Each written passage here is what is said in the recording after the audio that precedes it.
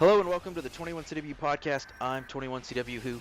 Joining me today is tournament admin Kaiser Zero. He's going to talk to us about some rule changes. Welcome, Kaiser. Thank you. Also joining me is current PR team member and former 21CW General Hers. He's going to talk to us quickly about a battle recap and the current standings. Welcome, Hers. Hey, glad to be here. And our special guest this week is going to be 21CW former general, longtime player, been here about this since the very start of the tournament, Ashes. Ashes, welcome. Hey, thanks for the invite. So before we get into talking to Ashes about the competitive play of the tournament, I want to get to Hers with a quick recap of last week's battle. Hers, how did things play out this last Saturday? Well, it was GAF against 2SL. We were playing Gulf of Oman and Bandar Desert, kind of like what we were talking about last week. Just a quick recap. 2SL won 14-3. Us on the GAF, we finally got our first campaign wins, I guess, if you will. And yeah, in the grand scheme of things, 14-3, it's not that big of a deal, but it's still our first win, and that's absolutely huge for morale, at least. And hopefully we'll be able to come out strong. This next week we're reinforcing, so we'll have that, I guess, 2 weeks to recoup. Yeah, it's good to get some campaign points finally on the board for you guys. What are the stats as far as the campaign points among the three armies? Well, the current standings has IDF at the top with 12, 2SL has 11, and GAF currently has 4. And keep in mind that the magic number is 32 before the playoffs begin. That gives you kind of the prime spot. Yeah, it's a good point. Playoffs is something I don't believe we've done in this tournament before. Kaiser, can you elaborate a little bit on the playoff system? Yes, the playoff system, like I said, is brand new. Pretty much, the magic number is 32. You get 32 campaign points, you're guaranteed a spot in the championship. And you'll have like what we call the home field advantage. You'll be able to pick them at least one of the maps, if not more. The bottom two teams will be playing off in the initial round to see who plays against the top team, and the winner of that game will go on to the championship round to decide the champion 21CW campaign 40. Yeah, that's an important thing to note. It's only that 32, that magic number of 32. That's what's going to guarantee you. You can work all tournament, and unless you get that 32, that's the knockout. That's the only way to make sure it doesn't go into the hands of the judges, so to speak.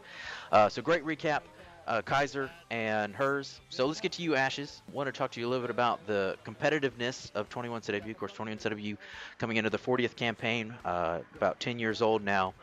How does 21CW compare to some of the other type tournaments that you've played in the past? Well, I think the single biggest difference is the sheer size of what we play here. Most tournaments, the competitive leagues, are 4v4, 8v4. Some maybe you can go up to 12. And here we're 32 on 32. And just trying to manage the sheer number of people that we have playing at one time puts a great amount of stress on those folks that are sitting in the seat managing the battle. Yeah, that's something that's definitely sets this tournament apart. I mean, there are some other 32v32s, but a lot of times when I'm trying to recruit people, they kind of think, well, it's an organized pub. But 21CW is different. How do you think the organization of 21CW compares to other tournaments? Well, I guess the single biggest difference is the way that we manage our battles and that we manage our people during the week with our practices and strategy sessions and that type of thing that goes along so we can be successful on the weekend. 8v8, those battles are basically shorter battles, much faster pace, moving through the maps, whereas in our 32 versus 32, we've got anywhere from 6 to 8 companies that we're managing at one time. We've got them signed to different flags, so seems probably a lot less killing, but because we're here for 8 hours, seems like for a much better day. Yeah, I remember I didn't play a straight shot, but my first campaign here was the beta back in Battlefield 2, and I remember in those tournaments that we actually used to, everybody would line up by company, and you'd sit in your line in all your companies, and the general would speak, or the commander that was leading the practice would speak, and everybody would be in line, and you'd get punished. The master sergeant would come over there and shoot you in the face if you're out of line or weren't behaving. So that military type leadership, I think, has been one of the things that's endured through the tournament. Having that bureaucracy kind of gets a negative connotation from time to time, but I think that level of accountability and that military structure, I think, is really helped keep the tournament together. So what's it like to be in that commander seat? What's it like to be FCO? How is that different than just playing on the ground or being a captain within the tournament? Well, you really have 3 different levels of people that play here. The first part of that is being the battlefield commander, the BFCO. Regardless of rank, when you're sitting in the chair, you are the single person that decides what your team is going to do. You make the decisions on the fly based on your best guess, or how how the team has played before and what they're going to do, and you try to predict what they're going to do. So it is very stressful, because now you are responsible for up to 7, 8 different companies, line companies, or armor company, a special forces company, and your Air Force, trying to make sure that they're doing what they're supposed to do. So it's very stressful, and some of us have sit in a seat for the entire battle. We used to play 12-hour battles a long time ago, and then we're down now to 10 and down to 8 hours. But trying to sit that long in a seat and manage it becomes very stressful. I guess that's why I have so much gray hair now. And then you have your company commanders, their captains and their first lieutenants and second lieutenants, that are managing their company. So they're managing a small portion. They're managing 4 or 5 people. Probably the easiest place to sit is to be a private. And if you're a private, you basically just do what you're told. If you're told to pull out a stinger and just shoot stingers, that's what you do. Or if you're told to sit there and keep eyes on the flag, you do what you're supposed to do. And that's why it's that military style here. And, it works out real well, as long as everybody does what they're supposed to and they listen. You have to have that strong discipline level. People have to do what they're told, and you also have that top-down management where the folks that are in charge of you make sure you do what you're supposed to, and if you don't do it, then there are some punishments to be leveled at. So how do you keep track of everything when you're in the battlefield commander's seat? Do you have a whiteboard? Do you have paper? I mean, you got so many things going on at once. How do you keep track of who's at what flags and who's got which orders? Well, what we've done for many years is we develop strats for each map based on timing runs, playing maps before. Now with our armored kill maps we have now, we're just now playing those for the first time, so we're actually learning those maps. But I use index cards.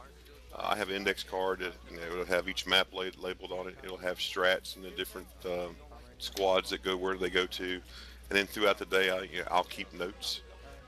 When I first came here back in the second campaign of Desert Combat, I remember being on the 7th Infantry Division, and I was so proud to make just up to Sergeant First Class at the end of the campaign. And one of my job duties, as I was with Karabaka, who is a longtime member here, he's now retired, and we were assigned to artillery, and we had egg timers, so we knew when things spawned in, we would back these armor pieces up against a building and had cloud spots, and then the egg timer would go off, and that's when we would click, and then we would kill whatever's there. Most of the time it was a Hind or a helicopter or something like that. So, copious amounts of notes, drawing on these index cards makes it easy to go pull them out. And what would be real nice is to probably have 2 or 3 monitors up here, so you could have your strat on one and TeamSpeak on the other and your game in the middle. That's probably would be the best setup to have.